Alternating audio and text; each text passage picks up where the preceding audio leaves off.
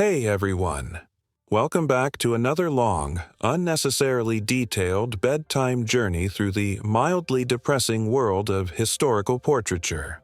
So, dim the lights, take a deep breath, maybe grab some lukewarm tea, the kind that somehow tastes like regret, and settle in.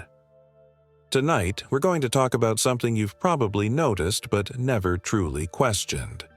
Why no one in medieval or Renaissance paintings ever looks remotely happy. Every single face looks like it's witnessing the slow decay of its own dynasty. You know what I mean? The solemn kings, the vacant-eyed queens, the weird baby Jesuses who look 48 years old. No smiles, just that eternal stare that says, "I've been sitting for this portrait for 16 hours and I might die before it's finished." So, let's glide into this mystery.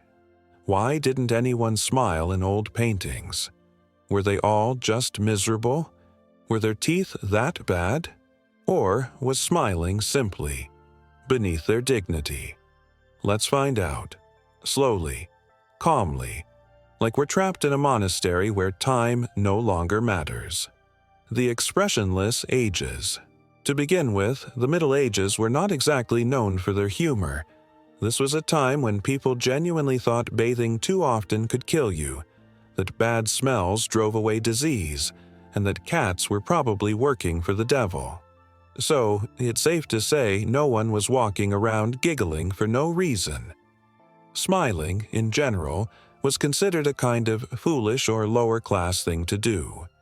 If you were an elite, a noble, a bishop, or even a mildly important merchant, you were expected to look serious, because apparently, being alive in the year 1350 was such an accomplishment that you had to commemorate it by looking perpetually constipated. Art at the time reflected this belief. The medieval world was built on hierarchy and symbolism. Every brushstroke was moralized. It meant something. If you smiled in a painting, that could imply vanity, lust, or madness.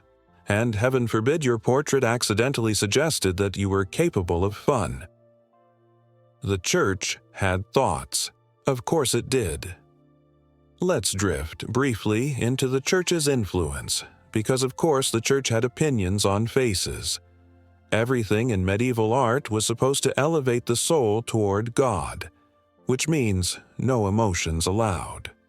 Artists weren't trying to capture personality or realism, they were illustrating ideals. A saint shouldn't look human. They should look like a moral concept wearing a robe. That's why if you look at 13th century religious art, everyone has the same blank, peaceful expression. No laughter, no quirks, just holy serenity, as if someone pressed the mute button on humanity. Even baby Jesus looked oddly adult-like, which wasn't an accident. The idea was that he was divine wisdom in infant form, so giving him a chubby, goofy smile was theologically incorrect. Imagine trying to tell your patron, "I painted the savior of mankind, but he's giggling and reaching for a cookie." You'd lose your job, and possibly your head. So the rule was simple. No smiling, because holiness didn't grin. Holiness stared blankly into the eternal. The practical problem. Teeth. Now let's wander into another reason people didn't smile. The tragic reality of medieval dentistry. To put it nicely, people's teeth were not camera-ready. Sugar wasn't yet common in Europe, but that didn't mean mouths were healthy. Bread, even the fancy kind, was often filled with bits of stone from grinding mills. That meant everyone's teeth were slowly being sanded down like ancient ruins. And remember, there were no dentists. If you had a toothache, your options were prayer, whiskey, or a blacksmith with pliers. So even if someone wanted to smile, the result might not have been something you'd want to immortalize in oil paint. Imagine paying a fortune for a portrait, waiting 3 months, and then realizing your artist captured your one visible molar, which coincidentally was halfway to falling out. Not ideal for the family gallery. Nobility and the art of stoicism. Of course, it wasn't just about bad teeth or religion. Medieval nobility had an image to uphold, one of control, dignity, and power. In an age where your face could determine your social standing, smiling was considered almost vulgar. Laughter was for peasants. Nobility didn't need to show joy. They owned land. There's an old French proverb from the 14th century that basically says, "The smile is the sign of the fool." So, if you were a lord or lady, being painted with a grin was like publicly declaring, "I don't know how politics work, but I sure love bread." Even in personal life, emotional restraint was expected. You were trained from birth to control your expression, to look calm and slightly bored, no matter what happened. A war? Stay composed. A feast? Stay composed. Your cousin got executed for treason? Composed. It's not that medieval nobles were emotionless. They just didn't believe showing it was appropriate. You could say the entire upper class was one long performance of polite misery. The early artists didn't care about realism. Here's another point that tends to surprise people. Most medieval portrait artists weren't even trying to make their subjects look realistic. That concept, realism, was more of a Renaissance invention. Medieval painters worked from religious templates, not observation. They copied established poses, gestures, and faces from pattern books. So if your portrait looks like every other person from the century, that's not an accident. The artist might have just swapped the head shape and changed the robe color. And when art is symbolic, smiles make no sense. What's a smile supposed to symbolize in a world where every color, gesture, and object has religious meaning? Joy? Sin? Hunger? Nobody wanted to risk misinterpretation. So everyone just defaulted to the safest option. Neutral expression, downturned lips, slight stare into nothingness. Like they were perpetually waiting for the invention of Netflix. Let's float forward, the Renaissance and the almost smile. Now, let's drift a few centuries forward, into the Renaissance. This is when art finally decided to rediscover that human beings were, in fact, human. Perspective was invented, anatomy was studied, and artists started caring about individual personality. You start to see faint hints of expression. Not smiles exactly, but the suggestion of them. Like someone who's thinking about smiling but then remembers the crushing weight of social expectations. And that brings us to the Mona Lisa.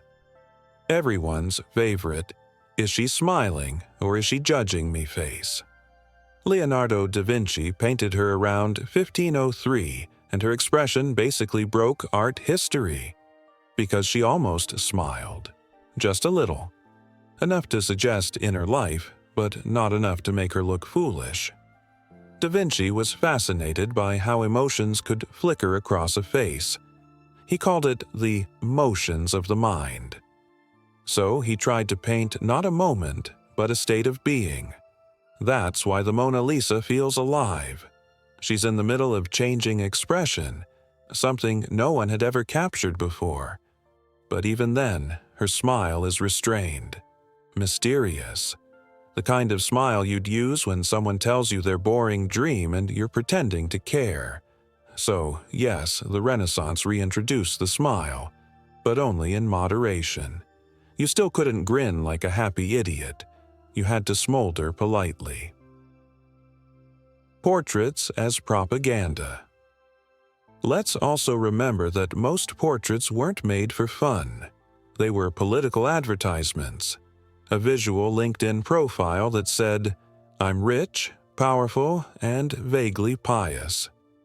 Smiling didn't fit that branding. Imagine a 16th century duke being painted with a big, toothy grin while holding a sword. It would ruin the vibe. Portraits were meant to last generations. They were hung in halls, studied by future heirs, and sent to potential marriage partners. And in that context, nobody wanted to look approachable. They wanted to look immortal. A calm, neutral expression implied wisdom and self-control. A smile implied emotional instability, which, to be fair, was actually true for a lot of monarchs. But they didn't want that advertised. So again, the safest move was to not move your face at all. The endless sitting problem. Let's also not underestimate how exhausting portrait sessions were. Before photography, getting your likeness painted took days, sometimes weeks. You'd have to sit still for hours while the artist worked layer by layer, using pigments that smelled like death and oil mixed with lead. Any slight movement could ruin proportions. Try holding a smile for even 10 minutes. Your face starts twitching. Now imagine doing that for 4 hours a day in a cold hall while someone in a velvet hat stares at you in silence. So, yeah. Most people probably tried smiling for the first sketch, realized how miserable it felt, and gave up. The result? Neutral, blank, slightly judgmental. A universal expression that says, "Please, just finish this. I have gout." Death portraits. Yes, that was a thing. And as if things couldn't get less cheerful, let's not forget that many portraits were painted posthumously. Sometimes literally. Wealthy families like to commission portraits of their deceased relatives, especially if no painting existed while they were alive. The painter would work from memory, sketches, or even, disturbingly, the actual body. So, if the person looks lifeless, it's because they might have been. In that context, a smile would have been downright inappropriate, not to mention physically impossible. A brief word on lower classes. Now, you might wonder, did anyone smile back then? The answer is yes, just not the people rich enough to afford portraits. Peasant carvings, market sketches, and early woodcuts occasionally show laughter, drunkenness, or goofy scenes. Ordinary folks actually had expressions because their art wasn't about status, it was about life. But those images didn't survive as the serious face of history. We remember the grim nobles, not the laughing millers. So, the visual memory of the Middle Ages became one long frown, centuries of carefully preserved seriousness. And so, when you look at those old portraits now, remember, they weren't meant to show joy or personality or even truth. They were meant to impress. Smiling wasn't forgotten. It was edited out. Because history, like Instagram, has always been about curating your best, most soulless self. Let's float gently into the next part, where we'll drift through the Renaissance, the early modern obsession with ideal beauty, and how people slowly rediscovered that faces could occasionally show emotion without losing all social standing. So close your eyes if you like and picture it. Powdered wigs, ruffled collars, a faint scent of decaying roses, and absolutely no one smiling. Hey, again, still awake? Good. Or at least semi-conscious.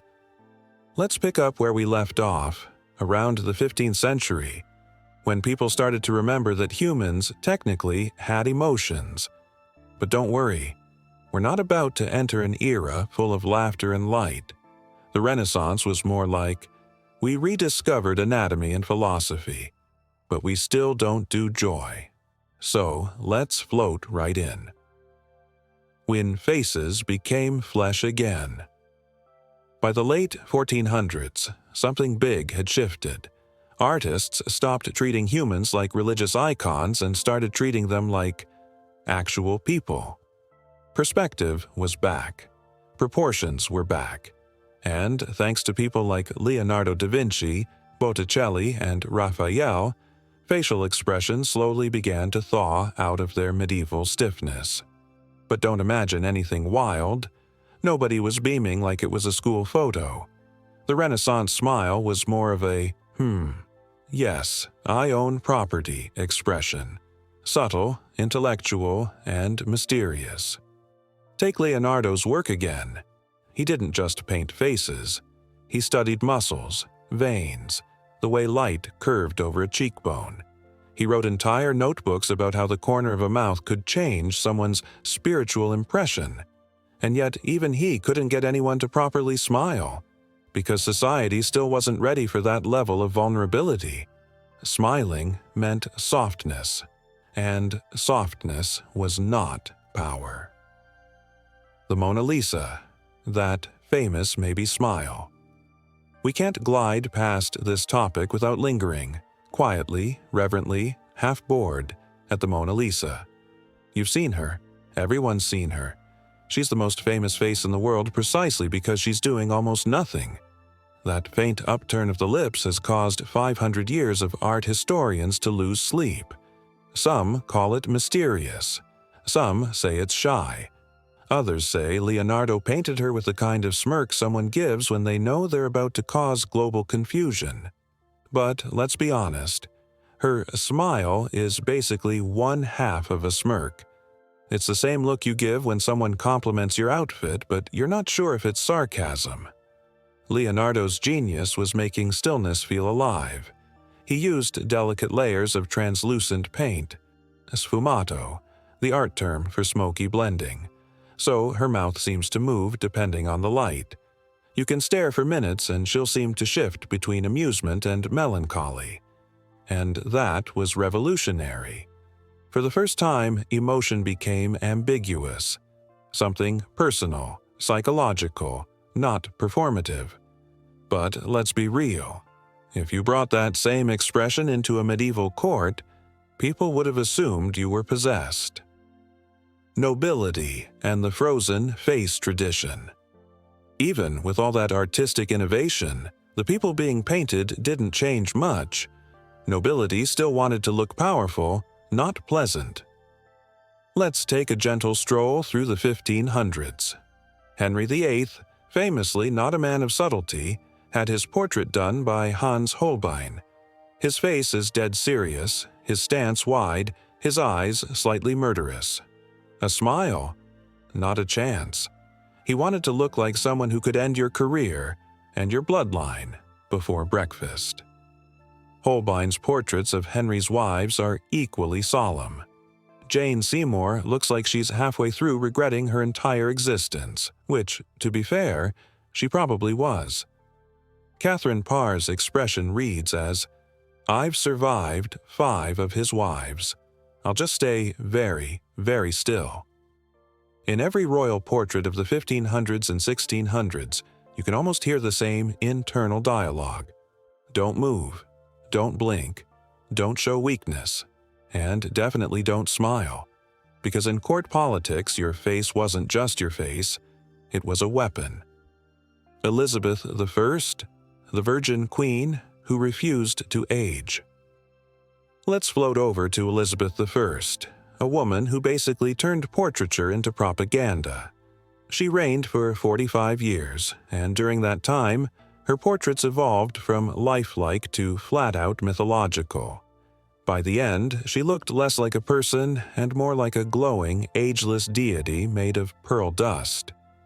The Rainbow Portrait shows her holding a rainbow in one hand, covered in symbols, and staring directly out with an expression of divine boredom. Her face is pale, perfect, and untouched by emotion. A smile? Absolutely not. That would ruin the illusion.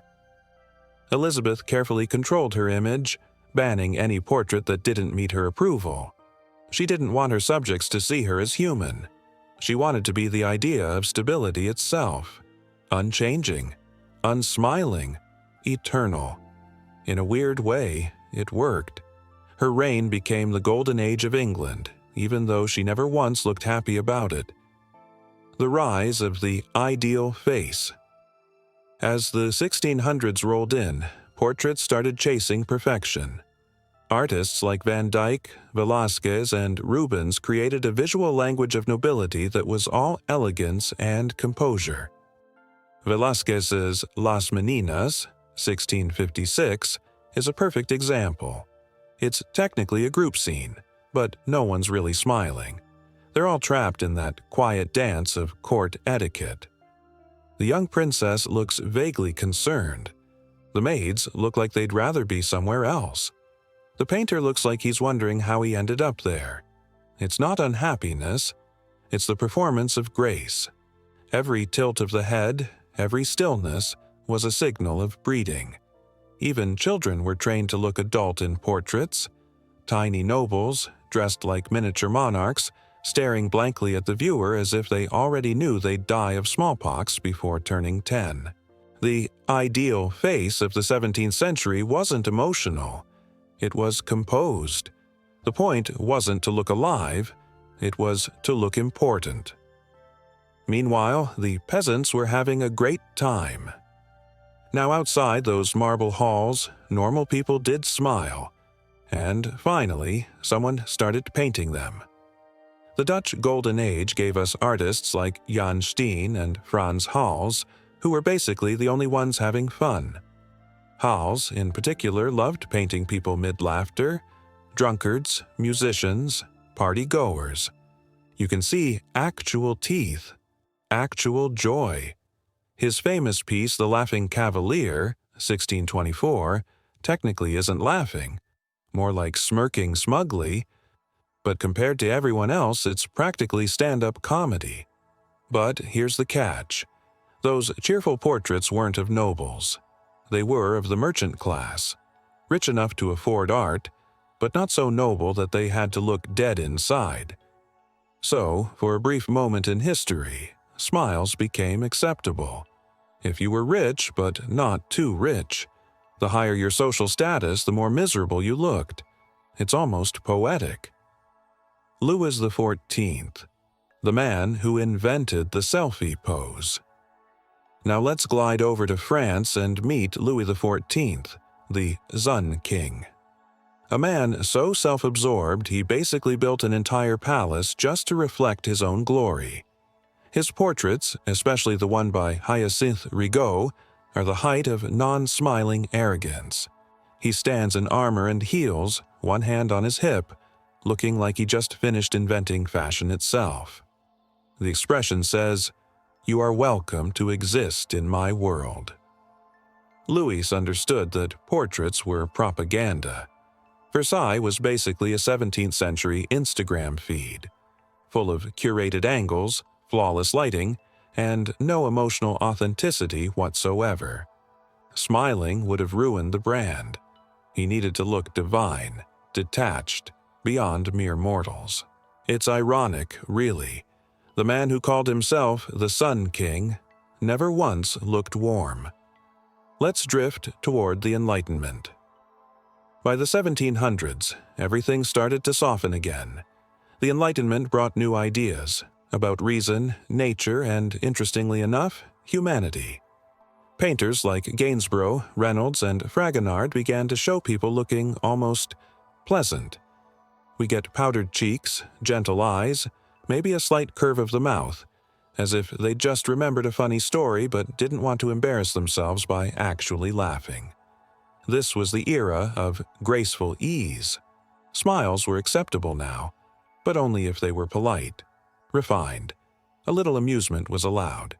Too much, though, and you were back to looking uneducated. Even Marie Antoinette's portraits, painted by Elisabeth Vigée-Lebrun, show faint warmth. She's soft, glowing, maternal even.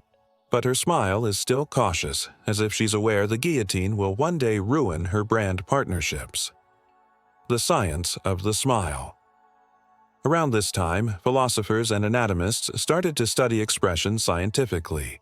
People like Charles Lebrun, painter, theorist, and occasional facial enthusiast, tried to map emotions onto muscles. He published diagrams showing exactly how each expression worked. Joy, he wrote, lifted the corners of the mouth. Melancholy, drooped the eyelids. Anger furrowed the brow. It sounds basic now, but this was groundbreaking. For the first time, artists treated emotion as anatomy, not as sin. The smile was becoming a subject of curiosity, not condemnation. Still, portraits remained careful. A big smile was considered vulgar. Proper people didn't grin. They beamed gently, which is to say, they didn't really smile at all, just adjusted their lips a little and called it progress. The irony of time. By the 18th century, art had technically rediscovered the human face, and yet all those centuries of stoic conditioning still lingered. Even when emotions returned to art, smiling remained a class issue. Royalty and aristocrats continued to pose with the same timeless stillness. Merchants smiled cautiously. Peasants in tavern scenes and folk paintings laughed freely, but those weren't considered real art. It's a strange reversal. The poorer you were, the more alive your portrait looked. And maybe that's why modern viewers find these old blank faces so fascinating. They're calm to the point of absurdity. Every brushstroke whispers, "Don't you dare show joy, someone might think you're common." And so, the smile. Slept by the late Enlightenment, smiling was on the verge of coming back into fashion. But not quite yet. Photography was about to arrive, and it would hit the reset button on human expressions all over again. In a way, centuries of non-smiling portraits prepared people for the awkwardness of early cameras, where you had to hold still for 10 minutes while pretending to enjoy life. But that's a story for another slow night. For now, imagine it. Candlelight flickering on powdered wigs, painters mixing lead white on wooden palettes, nobles staring into eternity with quiet pride, and none of them daring to let their lips betray the faintest trace of joy. Because history, like the best bedtime story, always prefers a straight face. Hey everyone, still awake? If so, that's impressive. You've officially outlasted several monarchs, 5 artistic movements, and about a dozen royal inbreeding scandals. So, let's gently open our eyes to the dawn of a new era, the 1800s, where everything was changing except people's ability to look happy. The world was industrializing. Steam engines, factories, trains, but portrait expressions, still locked in a 1,000-year-old emotional freezer. You'd think that the invention of photography, a miracle of modern technology, would finally let people look relaxed, but instead, it produced the most solemn gallery of faces ever recorded. Let's take a slow, careful look at why. When cameras made everyone miserable. When photography first appeared in the 1830s, it wasn't quick. The earliest method, the daguerreotype, took around 10 to 15 minutes of exposure. That meant you had to sit absolutely still the entire time. No movement, no blinking, and definitely no smiling. Try it. Smile for 15 minutes without twitching. You'll look like a haunted doll. So naturally, early photographers encouraged neutral expressions. Just relax your face, they'd say. And by relax, they meant look like you've just been told your crops failed. Even the famous early portrait of Abraham Lincoln, 1858, shows him looking like someone who's been awake since the Civil War started. But again, it wasn't sadness. It was practicality.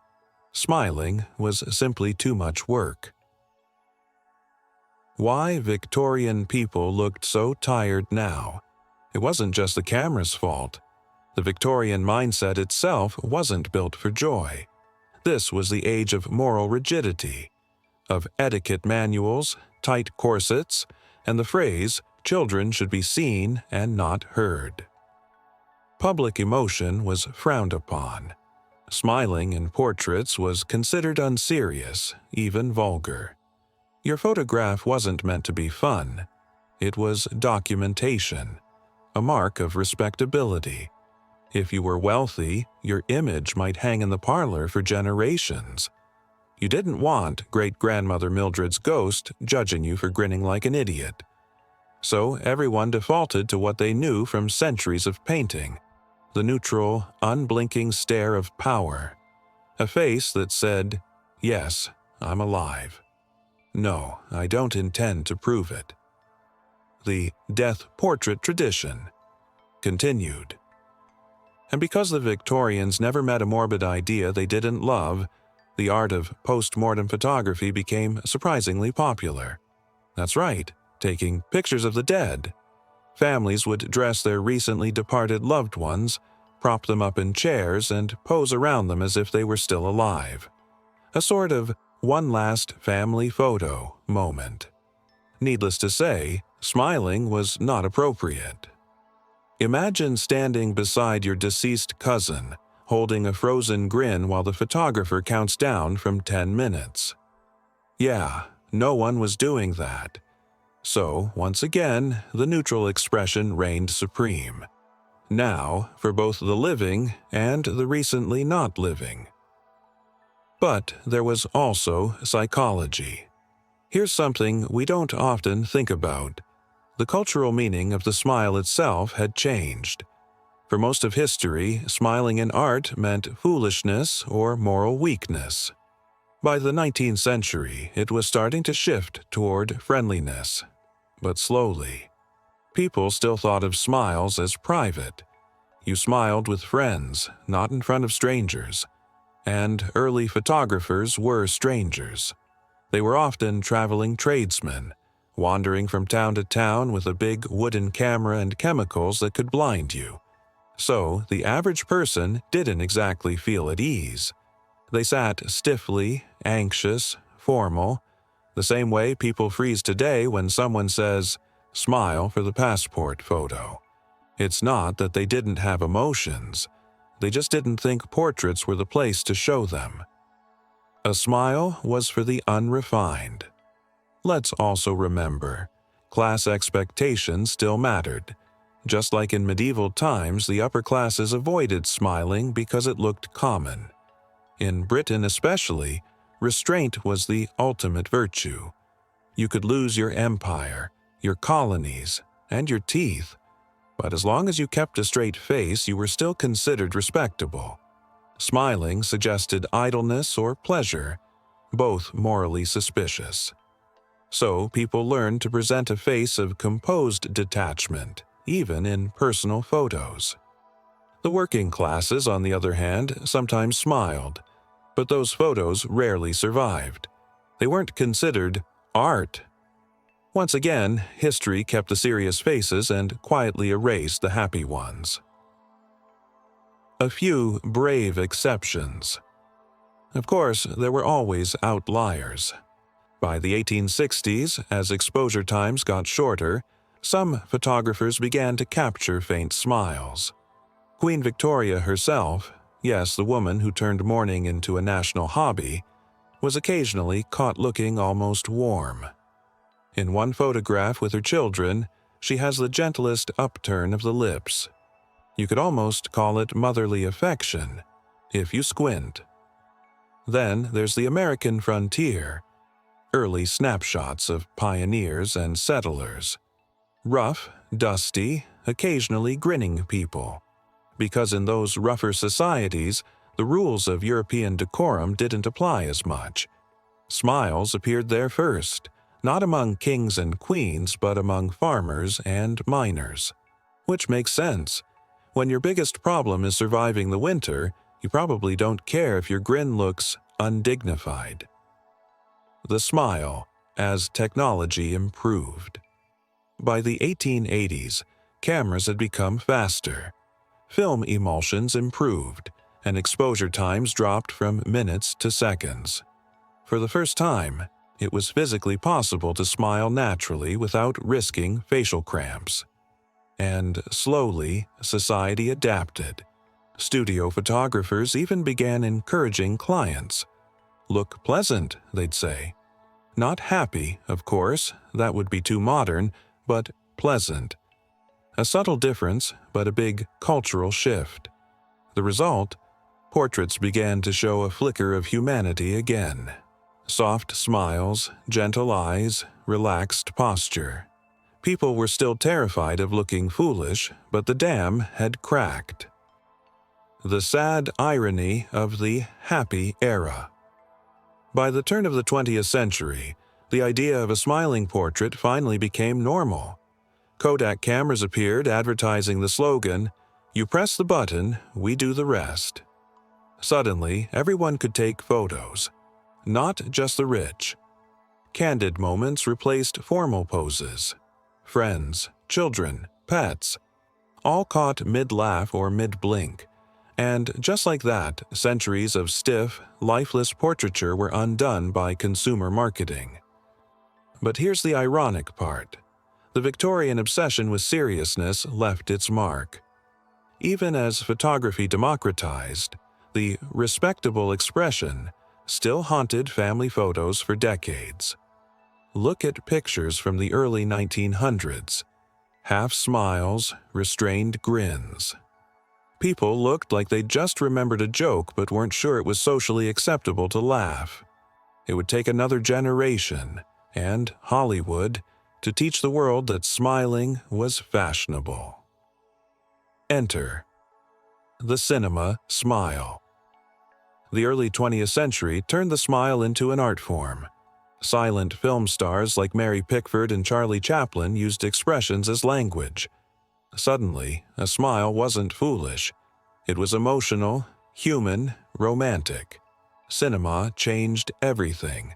Smiling became a symbol of modernity, of youth, charm, and optimism. The industrial world was grim, but on screen, everyone glowed. Actors and actresses perfected what you might call the controlled smile. Enough teeth to seem alive, not enough to seem undignified. You could say Hollywood finished what Leonardo da Vinci started, turning the subtle smile into a cultural masterpiece. And once again, the upper classes followed. Royalty, politicians, and the wealthy began to smile for portraits. Not because they felt like it, but because it now signaled relatability. The smile had gone from sinful to respectable to mandatory. A long line of cultural conditioning. If we step back, very slowly, as is our style, you can see the pattern. For about 1,000 years, Western portraiture trained people to hide their feelings. Art taught restraint. Power taught distance. Religion taught fear.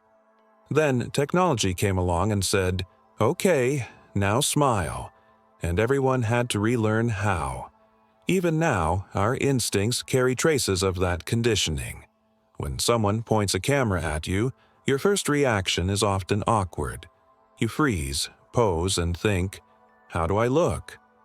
That little moment of stiffness is a medieval ghost, the echo of every noble who once sat for hours under candlelight, thinking the same thing.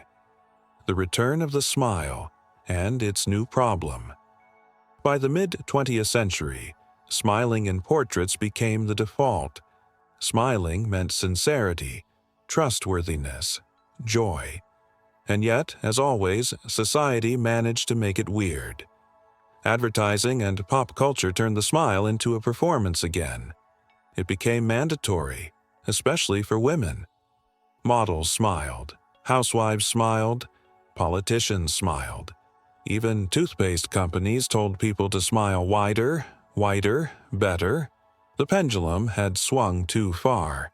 The once repressed expression of joy became a social obligation. We'd come full circle, from forced seriousness to forced happiness. And somehow, both are equally exhausting. A brief detour, non-Western smiles. Now, just to balance things, it's worth noting that not all cultures followed the same path. In many parts of Asia, for example, smiling still doesn't necessarily mean happiness. It can mean politeness, embarrassment, or simply emotional control. In Japan or China during the same eras, portraiture also emphasized composure. But it wasn't about sin or class, it was about social harmony. So, when Westerners look at old portraits and think, Why so serious? It's a bit of a cultural projection. Not every civilization expected visible emotion as proof of humanity. Still, it's fascinating how global art eventually converged on the same visual language, the calm, neutral face of respect. Returning to stillness. Now, as we scroll through modern social media, flooded with selfies and smiles, there's something almost nostalgic about those old, serious portraits. They remind us of a time when image was sacred, when being captured in art meant permanence, not fleeting vanity. Every stiff, pale face staring from a canvas carries a quiet dignity. Even without smiles, they speak. They say, "I was here. I mattered. Please remember me, even if I look miserable." And that's strangely beautiful, because behind those blank eyes were people who laughed, cried, and loved. They just didn't think it belonged on the wall. The final reflection. So, to answer the question that started all this, why didn't medieval people smile in portraits? Because smiling wasn't just a facial movement. It was a moral decision. It meant something different in every age: foolishness, weakness, flirtation, commonness. Only now does it mean what we think it means: warmth, authenticity, life. But maybe, just maybe, those unsmiling faces understood something we've forgotten: that a portrait doesn't need joy to be human. Sometimes stillness is the truest expression of all. So, as you drift off tonight, imagine them again. The monks, the kings, the painters, all frozen in oil and gold leaf. 1,000 years of silent faces, whispering across time. Don't smile. Just exist. And somehow, that's enough. Hey, if you're still awake, congratulations.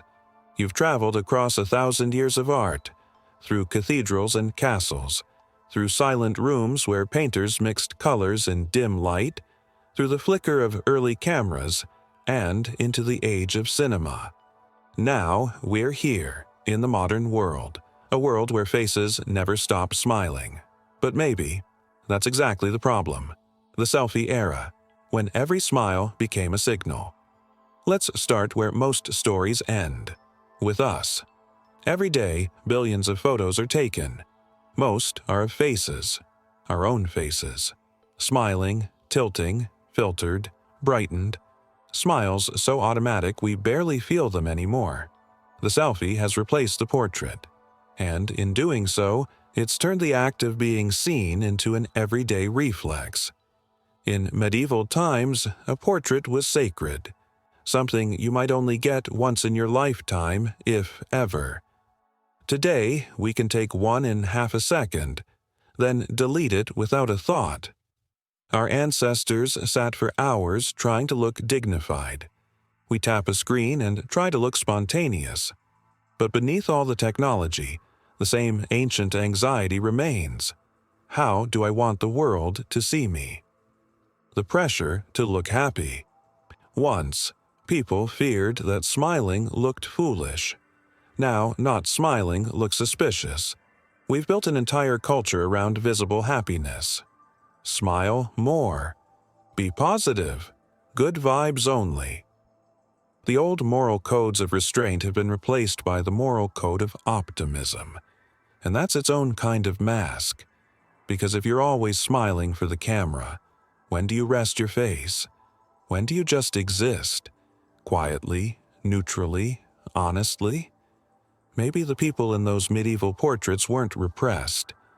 Maybe they were just at peace.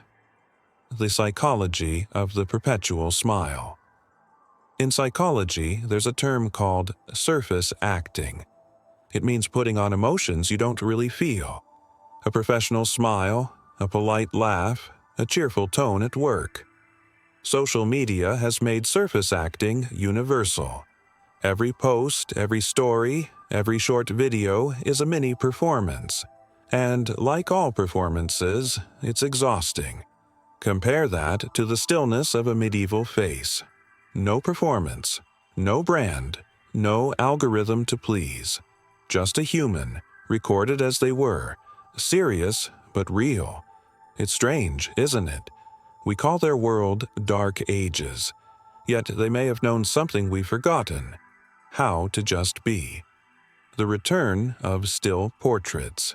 Interestingly, a quiet rebellion has begun. In art photography, museum installations, and even fashion editorials, the neutral face is making a comeback.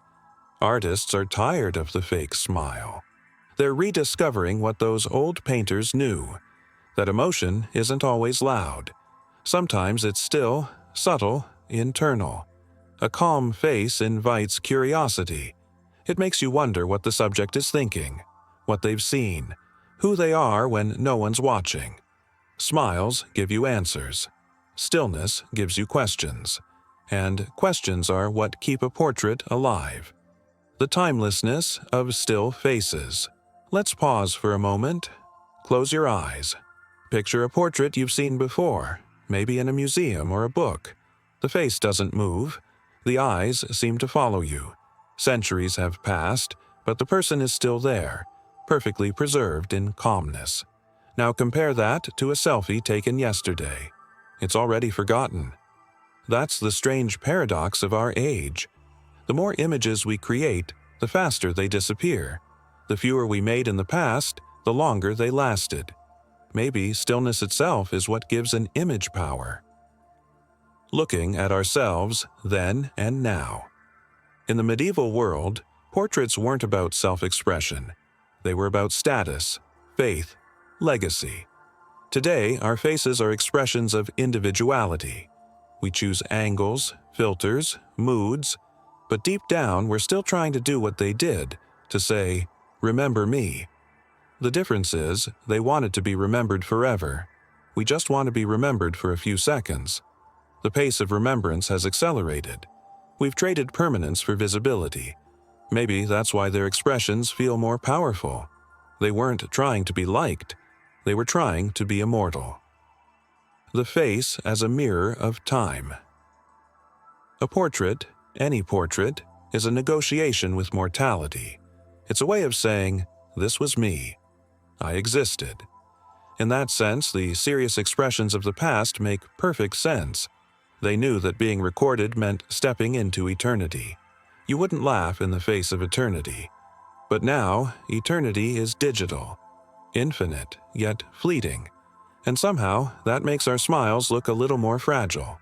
We've made the face disposable, but maybe it's not too late to reclaim it. Rediscovering the beauty of neutrality. Imagine if we started taking photos the old way again, not in style, but in spirit. You sit quietly for a moment. You breathe. You let the camera see you as you are. No pose, no smile, no mask. That's not boredom. That's truth. A calm face says, "I don't need to perform to be worth remembering." Maybe that's why old portraits are so peaceful to look at. They don't beg for attention. They just exist, eternally patient, eternally human. A circle completed. Let's trace the circle we've drawn tonight. We began with medieval nobles who never smiled, because smiling meant sin or foolishness. Then came the Renaissance, the half-smile of mystery. The Victorians, frozen in moral restraint. The 20th century, smiling became the language of joy. And now, the 21st century, smiling has become performance. In every era, the face changed meaning, but the one constant was the human desire to be seen, not just by others but by time itself. Every portrait, every photograph, every selfie is a message to the future. I was here. And maybe that's all anyone has ever wanted to say. The final reflection. So tonight, as you lie there listening, think of all those faces, layered across history like ripples in a dark lake. The noblewoman in 1450 who sat perfectly still under candlelight.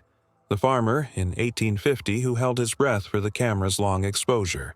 The young woman in 1920 who smiled shyly for a Kodak snapshot. And you, here, now, holding a phone that can capture 1,000 expressions in an instant. Different centuries. Same hope. To be seen. To be remembered. To leave a face behind. The calm ending. Maybe the lesson isn't to smile more or less. Maybe it's just to be present in the face you have. Let the smile come when it wants to. Let the silence stay when it needs to. Both are honest.